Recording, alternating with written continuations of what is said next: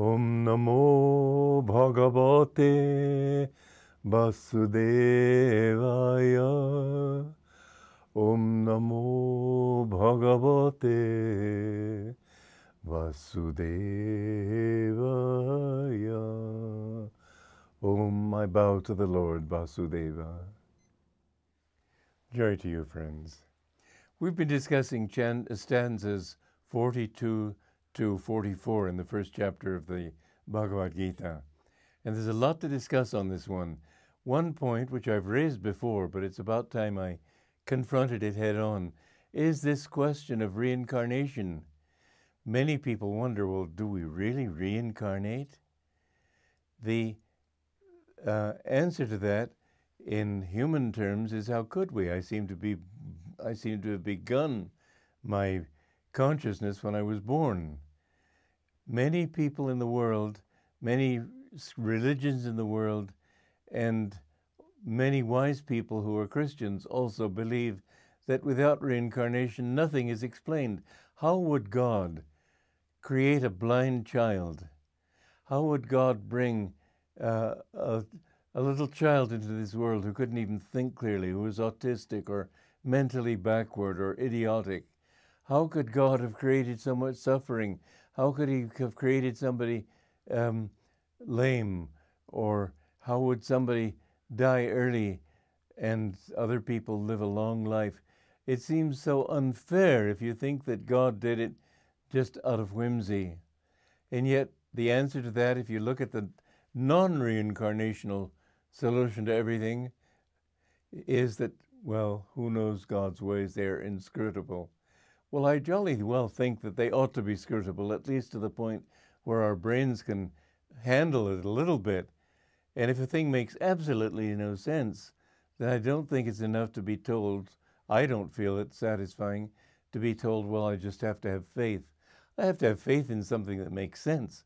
If I were told that God was an old man with a green chin, I would say that's nonsense. When I was a young man, I went to church, and I found that I could not ask intelligent questions because they were always afraid.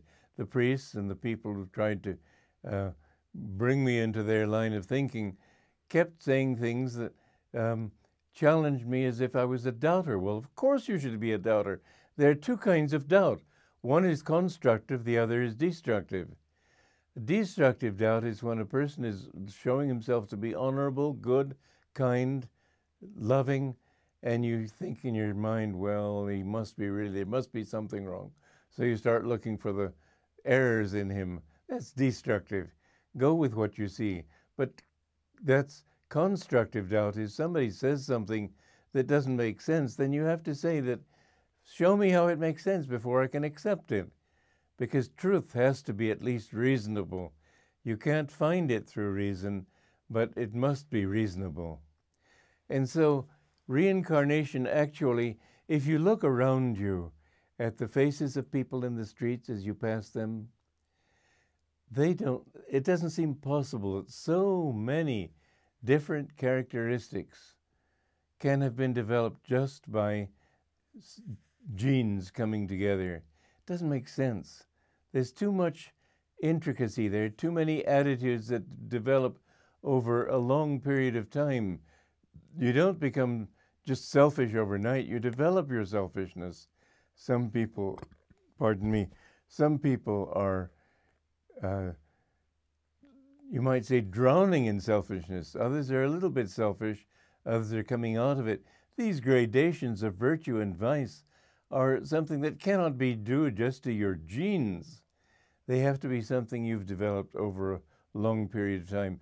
My guru said that when the sperm and the ovum come together in order to create a child, in the astral world where souls reside, those souls that are ready to be reborn, the union of the sperm and the ovum sends out a flash of light, and those souls which are in tune with that particular vibration and are ready to be reborn, they will come at that moment.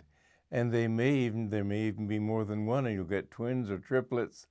But Master said that there will always be some attunement, some affiliation, some affinity. For example, a criminal may have a desire for peace in his home. A saint may have a strong desire for peace. And because of that, a saint may be born into the home of a criminal. But our qualities are so many, as the Gita puts it, that they are like the citizens of a whole nation. We have an infinite number of qualities. These don't come with genes.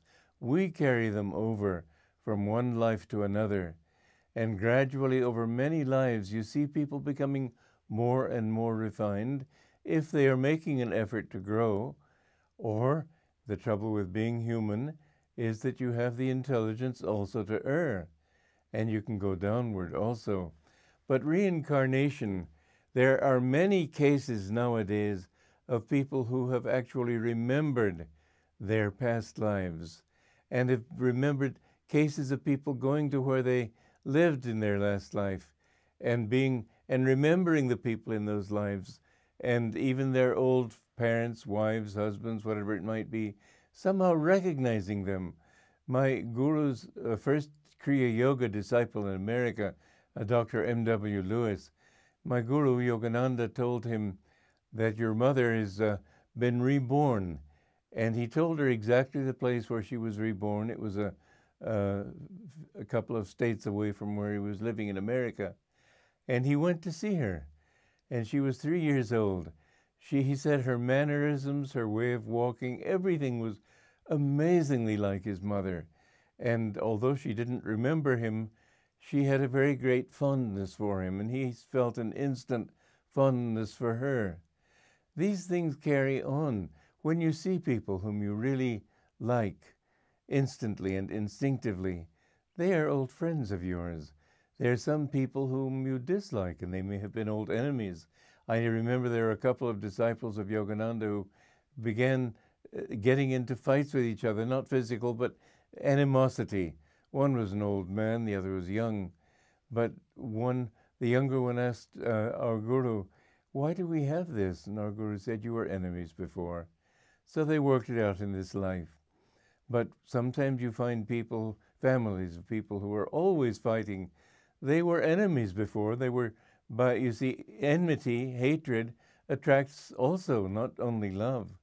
And so they were attracted to live at close quarters so they could fight it out at close quarters. We've got to understand that as we are, so we have been in the past, and we have grown gradually or descended gradually, depending on how we live. But it takes a great deal of effort even to overcome one fault. Somebody may feel great self-congratulation if he overcomes just one tendency, like, let us say, a tendency to drink too much, to overcome smoking.